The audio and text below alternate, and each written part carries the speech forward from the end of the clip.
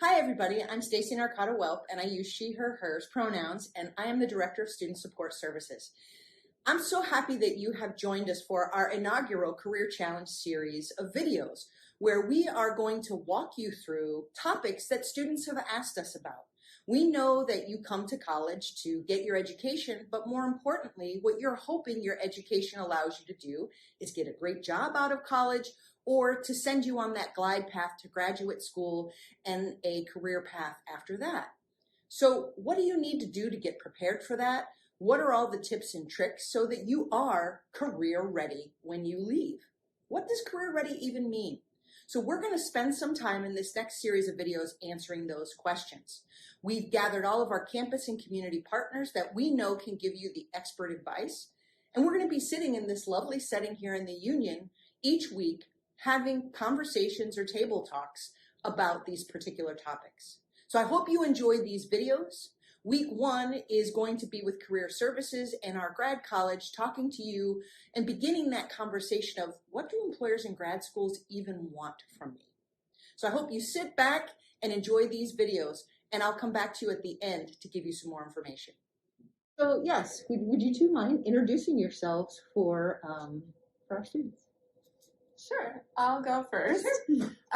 My name is Kayaba Malachek, and I am the Graduate Studies Coordinator on campus.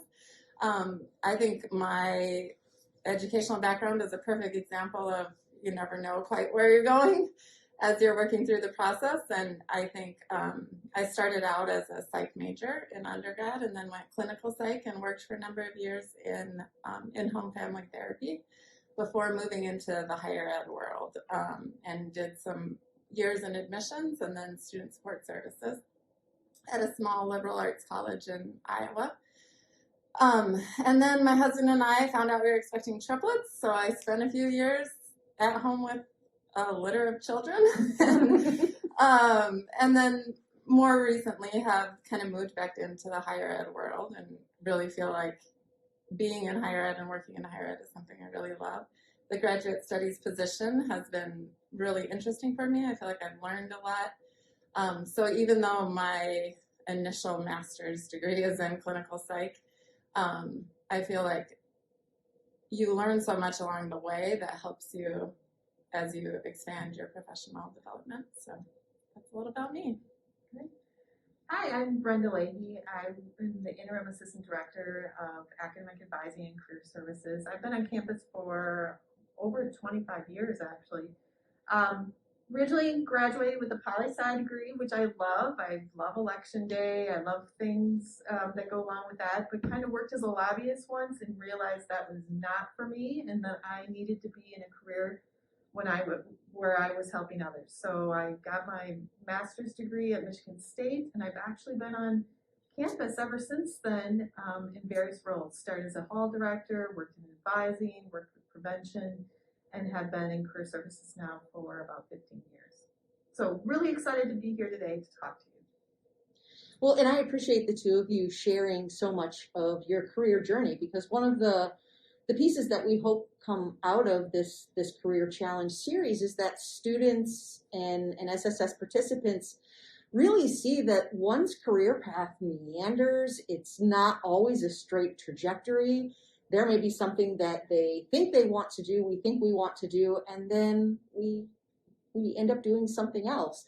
And I think the last piece that I would say, as you two have so wonderfully demonstrated in your introductions, is that our careers can be thought about in segments. There's a chunk of it that this is when I was doing this, and now here's this stage of my career when I did this, and now here's this stage of my career when I do these things, and just what that looks like in that fluidity. So thank you for sharing those pieces.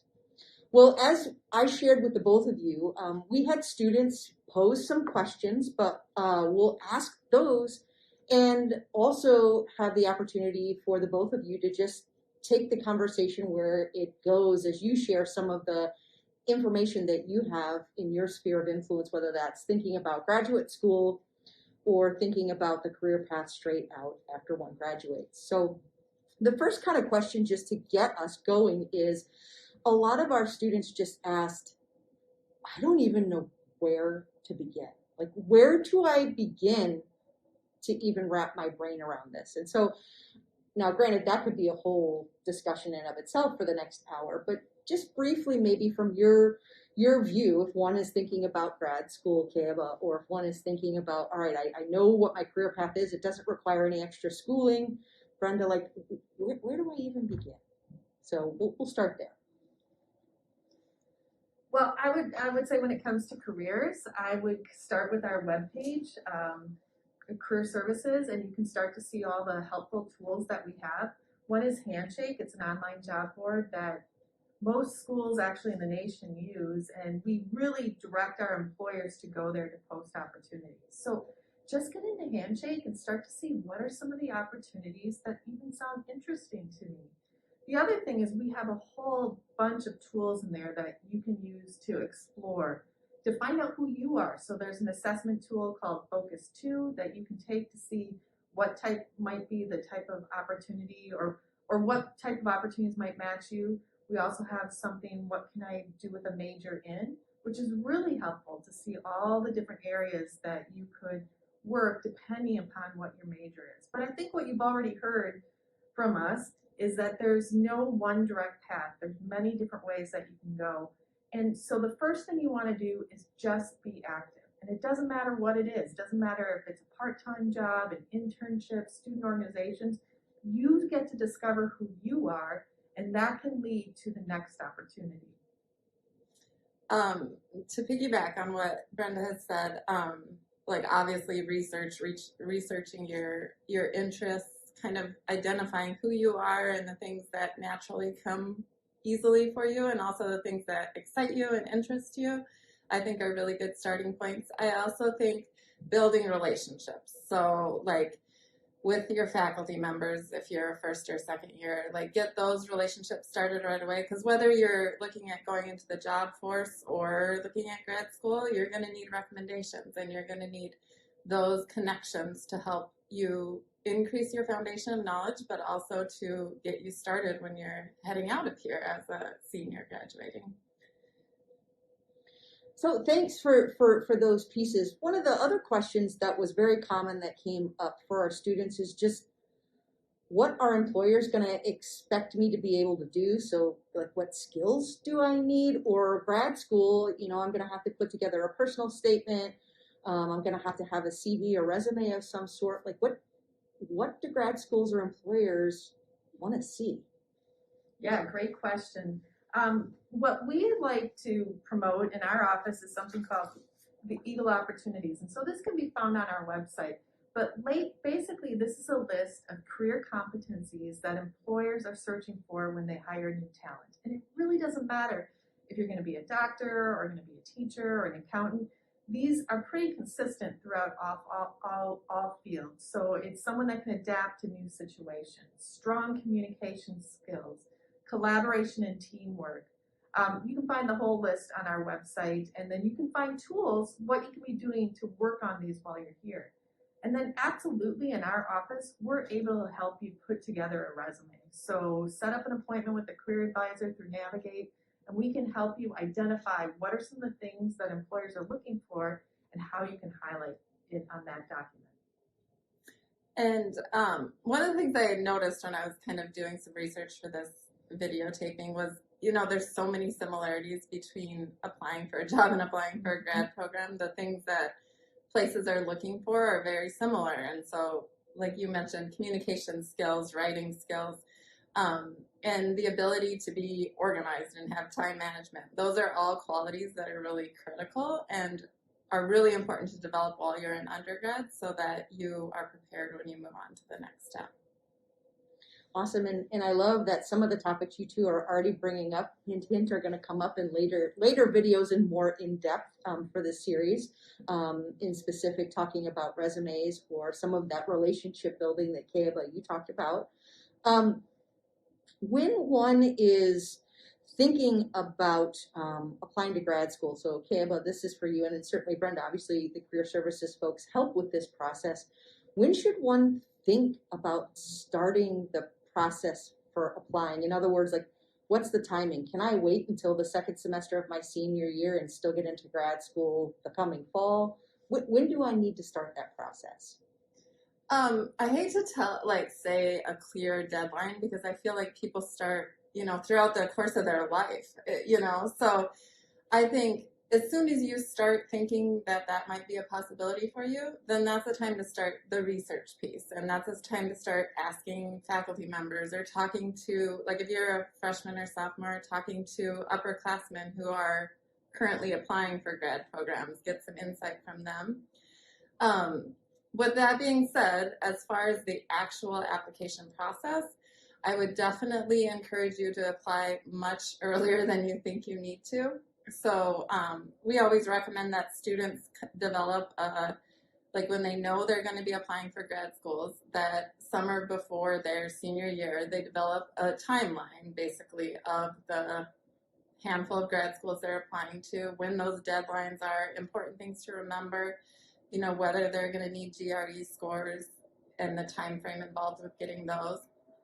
I always tell students that if an application deadline is January 1, then shoot for having all of your stuff in by December 1, because there's things involved that happen after you have submitted your application that can really slow down the process. So a lot of times they're waiting for recommendation letters to come in, or they may be waiting for transcripts to be sent. So you can't expect that you apply on Sunday and Monday's the deadline, because there's a whole process that happens after that. So give yourself room and ease up the stress. Like start early, work through some of those processes so that you have time to deal with hiccups or missing pieces or whatever it is, and then kind of stay on top of the process. Be checking in, make sure your school's received individual items, those sorts of things. I think, once again, time management is huge in the application process itself. Yeah, great points. And I would also say sometimes you realize, I don't know if I'm ready right away. What can I do for a gap year? And we can help you find opportunities in career services that will allow you to gain some experience, and then you will be ready the following year. But I would also suggest before you leave school, make sure you get those letters of recommendations from faculty, because sometimes the further out you get from school, your relationship changes, and unless you stay really in contact, it might be hard to get those letters. So definitely get them before you graduate. Yeah, and recommendation letters are a huge thing to be focused on. The other pitfall we see often is students request recommendations without ever actually talking to the reference. And so you want to give that person a heads up that these are the programs I'm applying to. This is what they're looking for in an applicant. Sometimes I even recommend that the student shoots the faculty member an email with a list of the things they did while they were in undergrad. It just gives them something to work with when they have 100 students that they see every day. So I would definitely talk to your references early and then let them know deadlines and those sorts of things along the way, so it's not a surprise for them. You two both touched on something. It's almost as if you knew what the next question was going to be, or next series of questions was going to be. But one of the things that students have asked is it okay to do a gap year, or are grad schools expecting me just to work straight through? Like again, hitting at that, when's the right time to do that? So you've touched on it a little bit, but how can students kind of figure that out? Is it better to just go straight through? Is it okay that you have a gap year or several gap years? It really depends upon the individual. I mean, if you know you're ready and you're not burned out from undergrad and you're ready to go right away, absolutely go for it. But a lot of people need a little time to really reflect upon what they did in their undergrad. They need some time out of school to be sure that it's the next step. And schooling is expensive, so don't take that next step unless you're pretty sure that that's where you want to go. So really some reflection time is important. Yeah, I also think it kind of depends on the program you're looking at too. I mean, some grad school is very different than undergrad in that way, and it can be so program specific as far as the things that they're looking for. Some programs only want working professionals because they're trying to build on a knowledge base that's already established, and other programs are more traditional, so you'd be an on-campus full-time student, and working full-time would be almost impossible. So figuring out once again, doing research, but figuring out your path, the areas you're interested in, and then what graduate degrees in that path look like, I think are really critical. And I don't think there's a clear answer to the gap year. You can take one or you can take 20 and then come back. I think each person has their own things to offer when coming to grad school based on their own personal histories. So I think it's just important to kind of figure out your own why. Like, why am I doing this? Because that's going to provide you with goals and the ability to persevere when you're in the midst of a grad program. So, I think all those things are very important to think about. Great point. And sometimes if you get a job right away, the employer might support you and pay for your graduate school because they want you to gain those skills. So if you don't need it right away for the next step, it might be time to really, again, wait a little bit until you're sure that that's what you want to do. So one of the things that the two of you have kind of talked about a little bit is thinking about, your grades, your coursework, building those experiences in pieces. And one question that students have asked, and it's very similar, I think, for the two of you, but is, one, for an employer, are grades, like, how important are grades? Does an employer really dig through your transcripts? And then conversely, Keaba, for you, maybe you could speak to, what if you're that student who is an okay student, but maybe just, isn't like that A++ student? Does that mean grad school is just not an option for you? So if the two of you could speak to, like, what the grades picture looks like in each area. It really depends upon the employer. Some employers, the grades are really important. Some do not look at it at all. But I will tell you, they all look at what experience you are gaining along the way. So whether it's part-time jobs, internships, student organizations, any leadership opportunities you're taking, that's all going to be part of your package. So there isn't any employer where it's just GPA they're looking at. They want a whole package, and it's everything you're doing while here on campus. And once again, very similar, I think, to the graduate school world. Obviously, it's program specific. Some programs have very clear requirements for academics. So obviously, you have to pay attention to those. But I also think many programs look at the holistic picture. So if your undergraduate grades were less than stellar, but you spent the last 15 years working in the field and gaining all this professional knowledge, that could mean a lot more than stellar academic grades in undergrad, just because you have the experience that sets you apart from the rest. So I think, once again, think about yourself and figure out what your assets are. Like, what are the things you promote when you're talking with the employer or the grad school when you're applying? How can I set myself apart and identify the things that I bring to the table as well? So one last question that I have for both of you. We've talked about a myriad of things you've shared, lots and lots of really great information, which again, I think is awesome because it's going to lead into the videos that are coming next, where we'll dive into some topics deeper. But is there maybe a nugget of truth or advice that either of you could give that you would, related to this topic, that you maybe haven't had a chance to share up to this point? Well, again, it's just being active. And I think what this was mentioned earlier, sometimes taking the wrong path teaches you more than the right path. So let's say you take a class and you think this is going to be your major, and then you take it and you hate it. That's great. You are learning a lot about yourself in that instance, and then you can change directions. So always know it's okay to change directions and go a different route, because I would say all of us have done that throughout our career at some time. And this isn't really new information, but I think it is just so critical to make connections. So communicating with faculty, but also with people who are out and doing the job that you think you might want to be doing. So that helps give you insight into whether that's something you want to do the rest of your life. I think personally this was a big thing for me because I loved psychology. Like, I loved studying it and really kind of thrived in the academic environment, thinking that I wanted to be a therapist. And it was kind of a hard slap in the face when I realized, like, I really had a hard time separating the work environment from home and like letting go and putting up a therapeutic wall basically so that I could be healthy on my own. So I think thinking about yourself as a whole being instead of just this work environment or just the school environment is also critical in these early years. And like you said, you can make transitions. I'm no longer working as a therapist, but I feel like I've learned so much through that experience and through the education I received to get where I am now.